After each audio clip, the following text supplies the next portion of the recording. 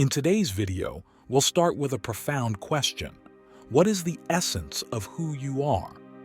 To contemplate the very essence of our being and our existence invites us to embark on a profound journey of introspection. The search begins with two fundamental points. What defines the essence of our existence and what sums up the life we live? In our quest for a more meaningful existence, it is crucial to recognize that our main goal must go beyond merely improving the external conditions of our lives. This invites us to an even deeper realization, a kind of awakening, that we don't actually have a life in the conventional sense. The language we use in our daily speech, namely the phrase "my life," subtly suggests a dualistic perspective.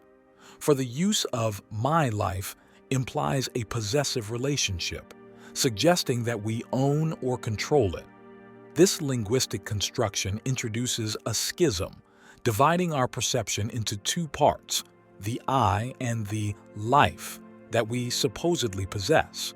It makes for an intriguing study of duality. So let's consider for a moment the implications of this separation. The moment we say, "my life," we inadvertently create a mental chasm, a division between ourselves and the life we claim to have. We speak with authority saying, "It belongs to me, it's mine." However, this notion gives rise to an intriguing paradox, a source of fear. If we claim a life, there arises an inherent fear of its potential loss. This apprehension stems from our subconscious recognition that just as we assert ownership, we can also experience a sense of loss. Life, in its purest form, is indivisible. It is uninterrupted, where the distinctions between you and life disappear into obscurity. The truth is that you don't own life. Instead, you are an inseparable part of life itself.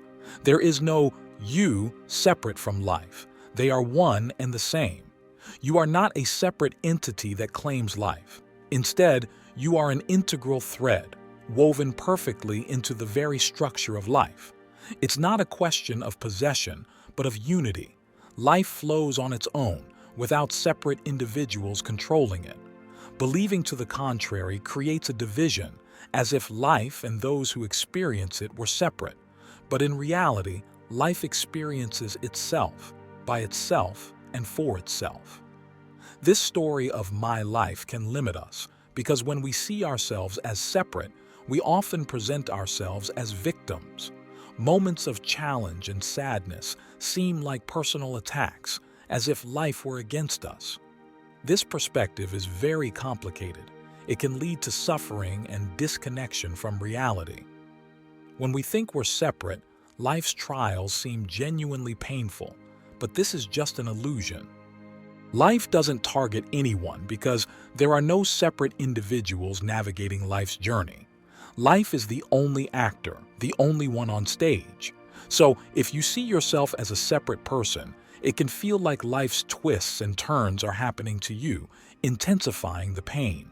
But remember, it's still an illusion. Life unfolds without prejudice or personal intentions. Because life doesn't happen to anyone. It's simply life happening, experiencing itself and existing without a separate observer. With this deep understanding, duality dissolves, and a sense of oneness with life arises. The notion of having loses its meaning because you realize that you are it. By affirming wholeheartedly, "I don't have life, I am life." This marks the end of duality, where the boundaries between you and life merge into a perfect unity. For if you are life, you cannot lose it, because you are inseparable from it. So, take a moment to contemplate this for yourself. Deep liberation occurs when we free ourselves from the concept of possessing a life. This involves giving up the illusion of control and allowing life to develop naturally. The desire for control resides mainly in the mind, not in your true essence. But giving up control is disturbing for the ego. It worries about questions such as, how am I going to navigate this? What about future challenges? But the truth is that we can only manage what is happening in the present moment. The act of handing over control is a profound step on the path to self-discovery. It can be intimidating for the ego because, in many ways, it signifies the transcendence of it, a transformation from mastery to harmony with the flow of life. It is an invitation to embrace the grandeur of existence beyond the limits of my life story and to discover the limitless beauty of being. Think about it. Life is not something that can be carefully packaged into thoughts, for it defies concepts. It can only be truly experienced. The thoughts we have about life are not life itself. They are mere echoes, faint ripples on its surface.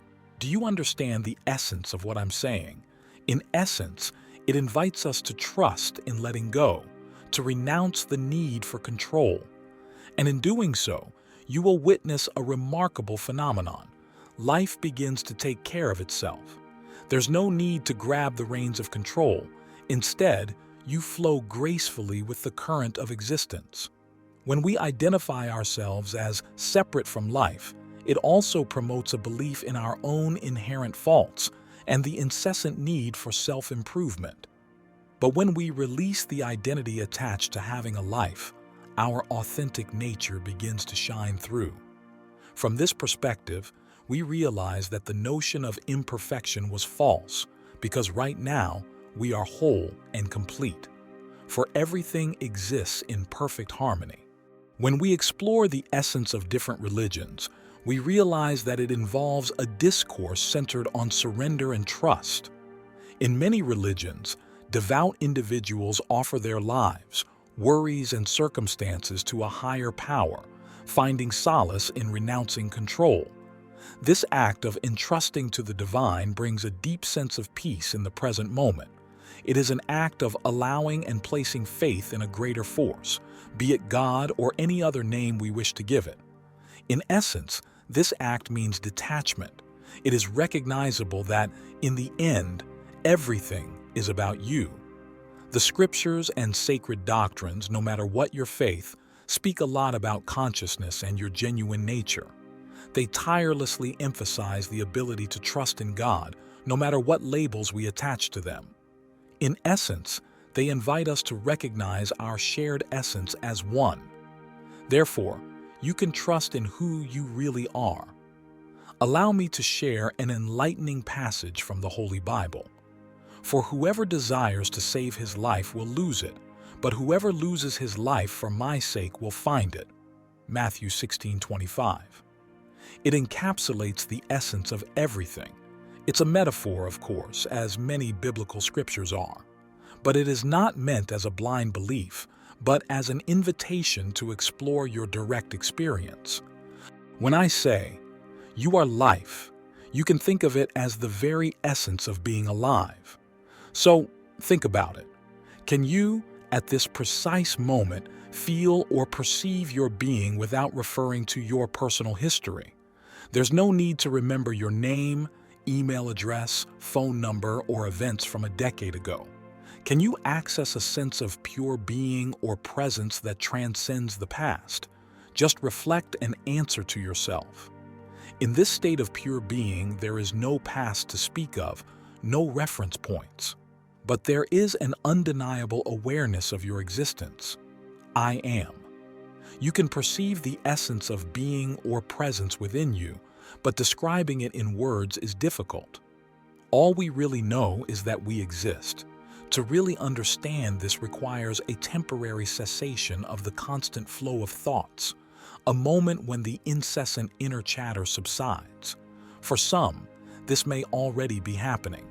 In this state, the incessant mental flow, which rarely pauses except during sleep, calms down briefly. When I asked if you could feel yourself without referring to your personal history, I was, in essence, asking if you could experience your presence without thinking. Here lies something profound, a glimpse into a dimension of existence often obscured by the noise of our thoughts. The question, who am I, is a profound inquiry that transcends mere concepts and words. It doesn't produce a concrete and readily defined answer in the domain of thoughts and language. The genuine answer to this question is beyond the limits of thought, for it resides in a state of pure presence and existence. This authentic answer, devoid of thought, emerges as a profound sense of presence. It is an experience that you can access, even if only for a fleeting moment. It occurs when the incessant flow of thought slows down momentarily, and you find yourself in a state of complete presence. In this state, your mind remains silent, but you are totally involved with your surroundings. You can see, hear, and feel more clearly. But it's important to remember that stillness in this context does not imply sleep or inactivity. On the contrary, it means an enhanced state of alertness, a level of awareness that goes beyond the state of distraction associated with constant mental chatter. What's intriguing is that this inherent stillness exists within every human being. We don't have to work tirelessly to achieve it, nor should we believe that following a specific path will require a decade of dedication, for it's already part of us. Perhaps without realizing it, you have minimal access to this inner stillness. You may not be aware of it, but you experience moments when you feel a sense of well-being, or even a deep sensation in a small breath. In these precious seconds, you have temporarily stopped thinking, and therein lies a glimpse of your innate stillness. There may be many explanations for these moments. These moments, often fleeting and wordless, remind us of something deeper, that behind the incessant chatter of our minds, there is a profound source of existence. By embracing these moments of inner stillness and intensified awareness, we realize that the essence of our being is not defined solely by our thoughts, possessions, or roles in society. Instead, it is in the moments when we transcend the constructs of our own minds that we find a sense of deep contentment and vitality. So, enjoy these moments of stillness and presence, because they are the threads that make up our existence, revealing a profounder and authentic self. A self that is, in its essence, a timeless presence amidst the ever-changing landscapes of our thoughts. As we move towards the end of this video, I want to tell you something very important. You can understand everything that has been discussed here, but if you don't directly experience what it points to, the knowledge remains asleep. I hope you manage to hand over the reins of control, because it's a liberating act. Everything will fall into place, because in reality, you've never been in control. It's always been the conditioning of the ego, not the divine, not your true essence. Thank you for embarking on this journey with me. If this video resonated with you, I invite you to like and subscribe to our channel. Share this video with others so they can benefit from this message. And don't forget to leave a comment below sharing your thoughts, reflections, and experiences. Thanks again for watching and for joining me.